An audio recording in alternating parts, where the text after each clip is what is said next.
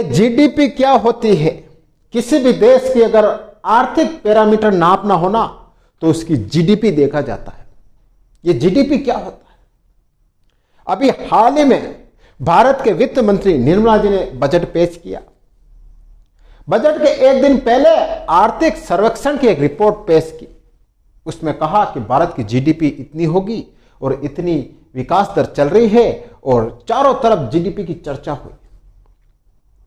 लेकिन अगर सवाल यह है कि जीडीपी होती क्या है, अगर इसकी डेफिनेशन पूछोगे, अगर इंग्लिश में पूछोगे तो हर कोई बता देगा, लेकिन एक्चुअल में जीडीपी होती क्या है वो कोई बता नहीं पाता।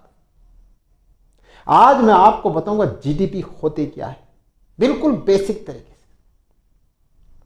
पता है जीडीपी वो होती है, हर देश का एक आर्थिक पैरामीटर होता है। मतलब आप ये समझ लो कि अमीर और गरीब, बिल्कुल जिस देश की जीडीपी अच्छी होती है वो देश अमीर होता है और जिस देश की जीडीपी अच्छी नहीं होती है वो देश गरीब होता है। आप तो ये टर्म याद रखो और यही होगी, अभी मैं आपको बताऊंगा। लेकिन उसका पैरामीटर क्या होता है, कैसे किसी देश की जीडीपी को नापा जाता है, यह भी आपको जानना बहुत जरूरी है। यह सब तो आप सभी जानते हो कि जीडीपी का पूरा नाम क्या है, सब जानते हैं, ग्रॉस डोमेस्टिक प्रोडक्ट। हिंदी में भी सब जानते हैं, सकल घरेलू उत्पाद। लेकिन पता है आपको सकल घरेलू उत्पाद बनता कैसे है? यह बनता है वस्तु प्लस सेवा। अभी भारत सरकार ने सर्वेक्षण पेश किया 2025-26 का, जिसमें कहा गया कि भारत की जीडीपी 2025-26 में 6.3% से 6.8% रहेगी।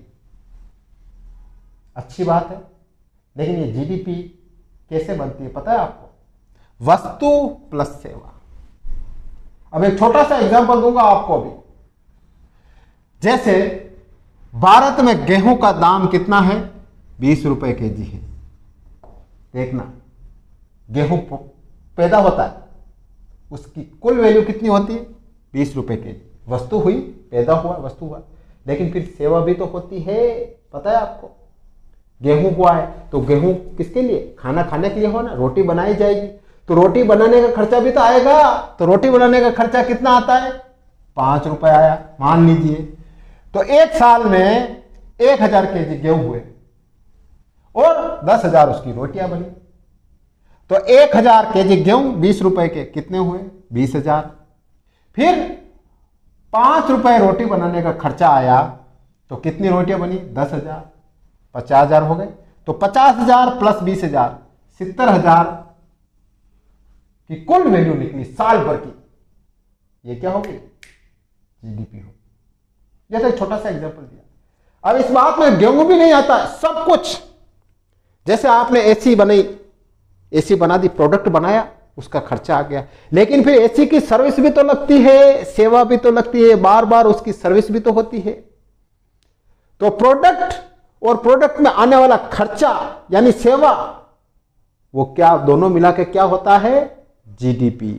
ध्यान रख लेना, जीडीपी का पैरामीटर ऐसे ही नापा जाता है कि देश में कितना प्रोडक्शन हो रहा है, फिर इस प्रोडक्शन की वापस सर्विस कितनी हो रही है, यह भी मापा जाता है।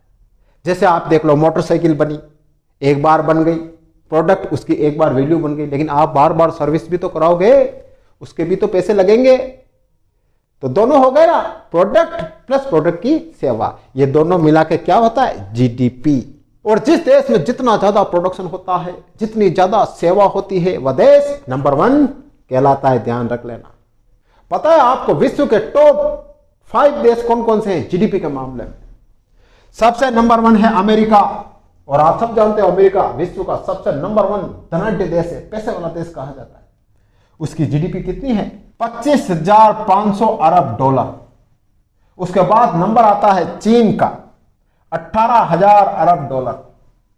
उसके बाद नंबर आता है जापान का 4,200 अरब डॉलर। उसके बाद नंबर आता है जर्मनी का 4,000 अरब डॉलर। और 5वें नंबर पर आता है भारत, जिसकी जीडीपी है 3,500 अरब डॉलर। और कहा जा रहा है कि 2030 में भारत 30वें नंबर पर आ जाएगा। भारत जीडीपी के मामले में जापान को पीछे छोड़ देगा। तो यह होती है जीडीपी।